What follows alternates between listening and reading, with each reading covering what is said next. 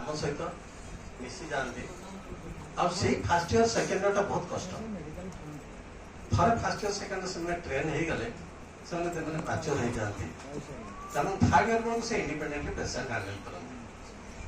କିନ୍ତୁ ସେଇ ଯୋଉ ଫାର୍ଷ୍ଟ ଇୟର ସେକେଣ୍ଡ ଇୟର ମୁଁ କହୁଛି ଗୋଟେ ଗଭର୍ଣ୍ଣମେଣ୍ଟ ହସ୍ପିଟାଲ ଯୋଉଥିରେ ଆଉଟଡୋରରେ ଡେଲି 200-250 ରୋଗୀ ଆସିଥାନ୍ତି, ଡାକ୍ତର କେତେ 6 ଜଣ 8 ଜଣ ଡାକ୍ତର, ଭାବନ୍ତୁ ସେଭଳିଆ ପରିସ୍ଥିତି। ତେଣୁ ସେଇଠି ଗୋଟେ ଗୁରୁର ଦାୟିତ୍ୱ, ଗୋଟିଏ ଭୁଲ ହେଇଗଲେ ଗୋଟେ ଜୀବନ ଚାଲିଯିବ। ତେଣୁ ଏଇ ମେଡିକାଲ ଷ୍ଟୁଡେଣ୍ଟ ବା ମେଡିକାଲ ପିଲାମାନଙ୍କୁ ରାସ୍ତାକୁ ଆଣିବା ଏତେ ସହଜ ନୁହେଁ। ଆପଣମାନଙ୍କ ଆଶୀର୍ବାଦରୁ ମୁଁ ବର୍ତ୍ତମାନ ସର୍ବଭାରତୀୟ ବିକରଣ ଚିକିତ୍ସା ସଂଘର ସଭାପତି ହେଲା ପରେ ମୋର ଯାହା ଅଭିଜ୍ଞତା ହେଲା,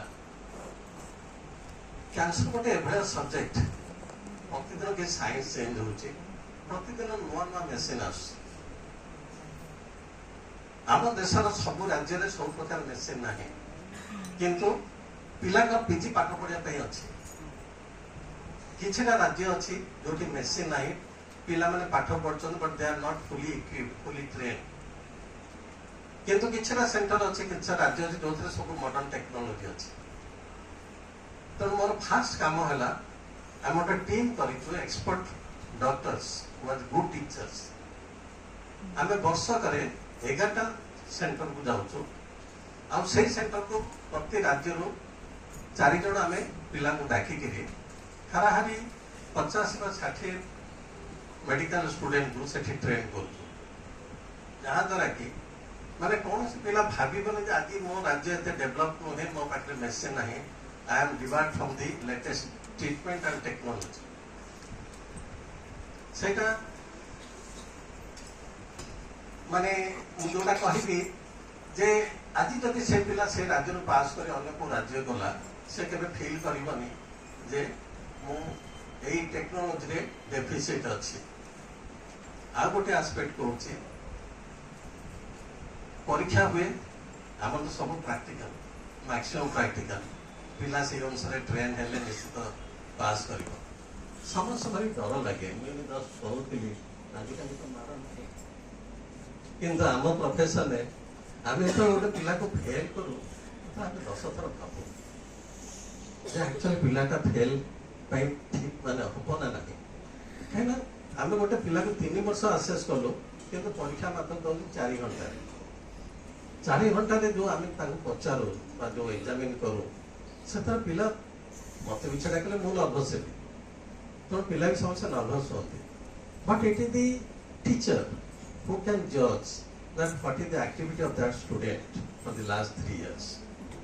ମୁଁ ଏଇଟା କାହିଁ କହୁଛି, ଏଇ ବିଦ୍ୟା ବିକାଶ ପରିଷଦରେ ବହୁତ ଦିନ ହେଲା ମୁଁ ଜଡ଼ିତ। ମୁଁ ଏଇଟା ବି ଶୁଣିଥିଲି, ଥରେ ମନ୍ଦିରରେ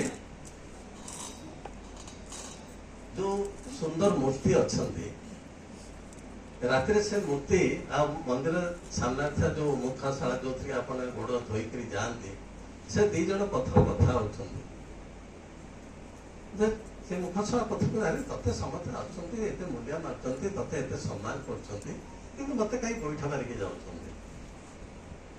ସେତେବେଳେ ସେ ମୂର୍ତ୍ତି କହିଥିଲେ ଯେ ଦେଖ, ତତେ ଯୋଉ କାରିଗର ତିଆରି କରିଥିଲେ, ତୁ ଟିକେ ନମନୀୟ ଥିଲୁ, ଆଉ ତତେ ବହୁତ ସୁନ୍ଦର କରି ତୋଳିଛନ୍ତି, ଆଉ ତୁ ଆଜି ଏଠି ଆସି ପୂଜା ପାଉଛୁ। କିନ୍ତୁ ତୁ ଯେତେବେଳେ ତତେ ଯୋଉ କାରିଗର ତିଆରି କରୁଥିଲେ ସେ ଏତେ ନିପୁଣ ନଥିଲେ ଏବଂ ତୁ ଟିକେ କଠିନ ଥିଲୁ, ଯୋଉଥିରେ ତୁ ଆଜି ଭାଙ୍ଗିକିରି ଏଠି ପଡିଛୁ।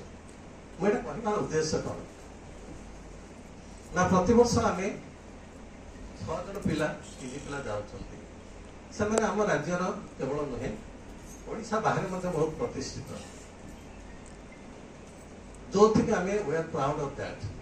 ଏବଂ ଆଜି ବି ସେମାନେ ବି ରେକଗ୍ନାଇଜ କରନ୍ତି that I am so and so, I am the product of so and so। ସେଇଟା ହଉଛି ଆମର ଗର୍ବ ଅନୁଭବ।